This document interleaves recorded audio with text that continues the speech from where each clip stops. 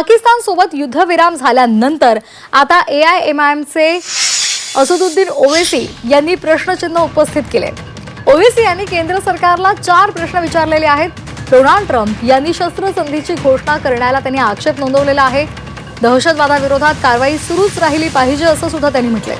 भारत आणि पाकिस्तानमधील युद्धविरामावरून एमआयएमचे प्रमुख असदुद्दीन ओवैसी यांनी सरकारला कोंडीत पकडले। त्यांनी सरकारला 4 प्रश्न विचारलेले आहेत। जोपर्यंत पाकिस्तान आपल्या भूमीचा वापर दहशतवाद पसरवण्यासाठी करतोय तोपर्यंत कायमस्वरूपी शांतता शक्य नसल्याचं सुद्धा ओवैसी म्हणाले।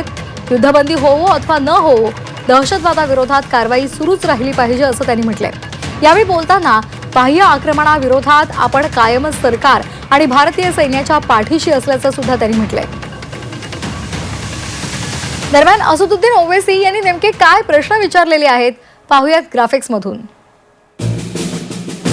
पंतप्रधान मोदी यांच्या ऐवजी त्रयस्थ राष्ट्राच्या अध्यक्षानंच युद्धविरामाची घोषणा का केली?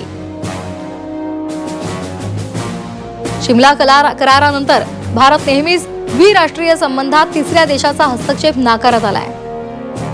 आता ही गोष्ट आपण स्वीकारली आहे का? काश्मीर हा आमचा अंतर्गत प्रश्न आहे। आपण त्रयस्थ ठिकाणी चर्चेचा प्रस्ताव मान्य का केला? पाकिस्तान भविष्यात दहशतवादाला खतपाणी घालणार नाही याची हमी देणार का?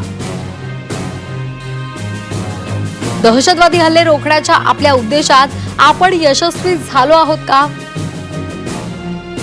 पाकला FATAच्या काळ्या यादीमध्ये टाकण्यासाठी आपली मोहीम सुरू राहिली पाहिजे, त्याचं ओवैसी यांनी केंद्र सरकारला सुनावलेलं आहे।